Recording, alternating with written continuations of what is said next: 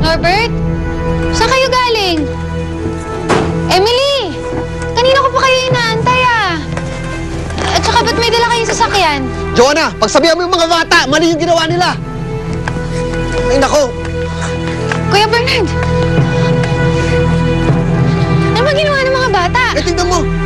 Emily! Anong ginawa niyo ba? Marcela? Ano nangyari? Ano kasi, Joanna, yung mga bata, tinulungan naming mag-mommy napping. Ano? Ate Joanna, gusto lang naman namin pigilan si nanay sa pag-alis niya eh. Pero hindi sa ganyang paraan.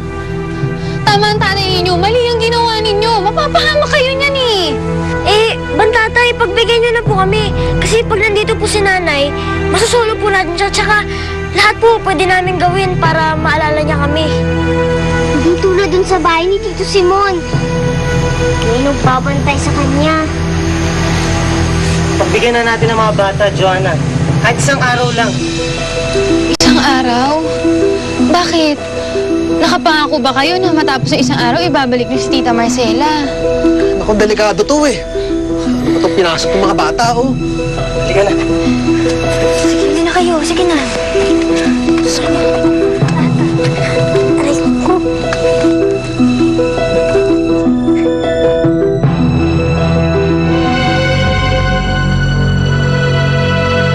Saan ka naman kasi galing, Calvin?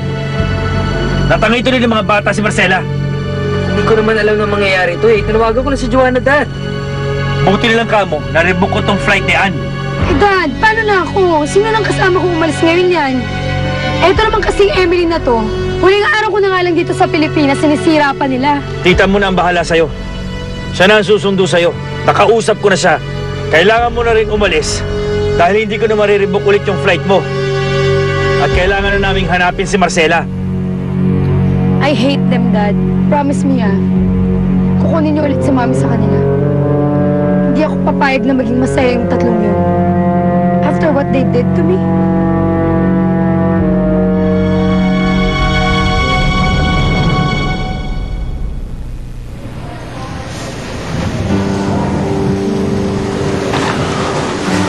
Kahit hindi ako sang-ayon dito sa ginawa niyo, masaya pa rin ako dahil kasama natin si Marcela.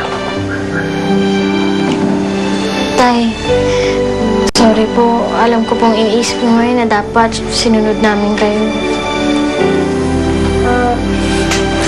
Anay, sorry rin po hindi naman po namin gustong gawin to sa inyo eh.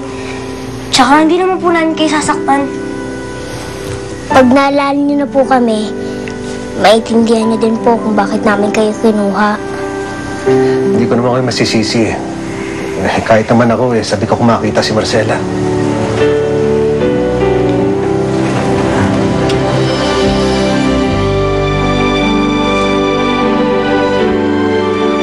Nay, gagawin po namin lahat para maalala niyo po kami. Kahit ano po kung sabihin niyo. Dahil mahal na mahal po namin kayo. At alam po namin hindi nawawala yung pagmamahal niyo sa amin. Diyan sa puso niyo.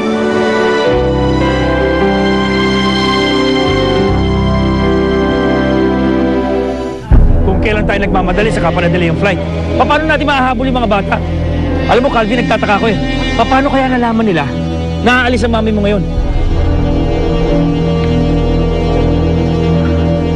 Calvin, huwag mo sabihin ikaw nagsabi sa kanila.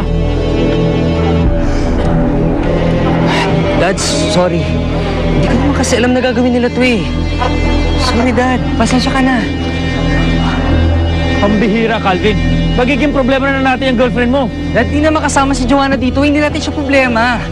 It's just that hindi niya alam. Hindi niya kontroladong utak ng mga bata. Ngayon sabihin mo sa akin, paano natin mahahanap si Marcela ngayon? Gagawa ko ng paraan, Dad. Wait lang. Sina Emily lang kumuha kay Mami. Iisang bahay lang inuwian nila. Dad, halika na. Sige na.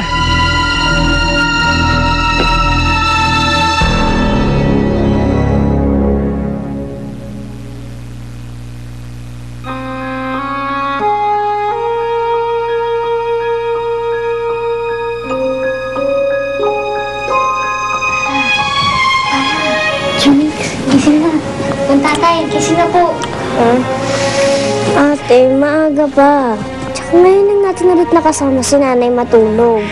Huwag muna tayo bumangon. Ano ka pa, Farah? Hindi pwede.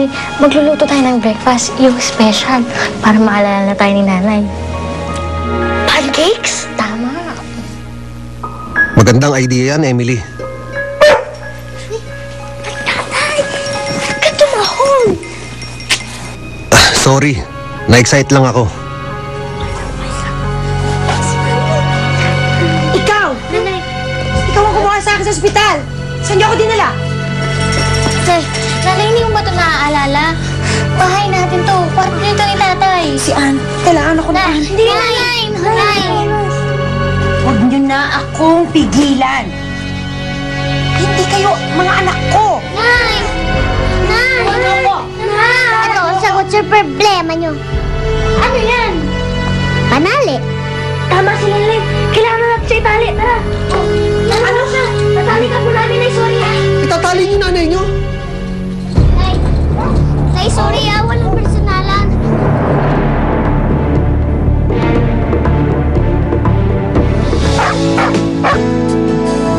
Kapag nakikipaglaro sa aso, liwasan ang pagsigaw at paktakbo. Maaari itong maging dahilan para tambahin kayo ito. Bawat minuto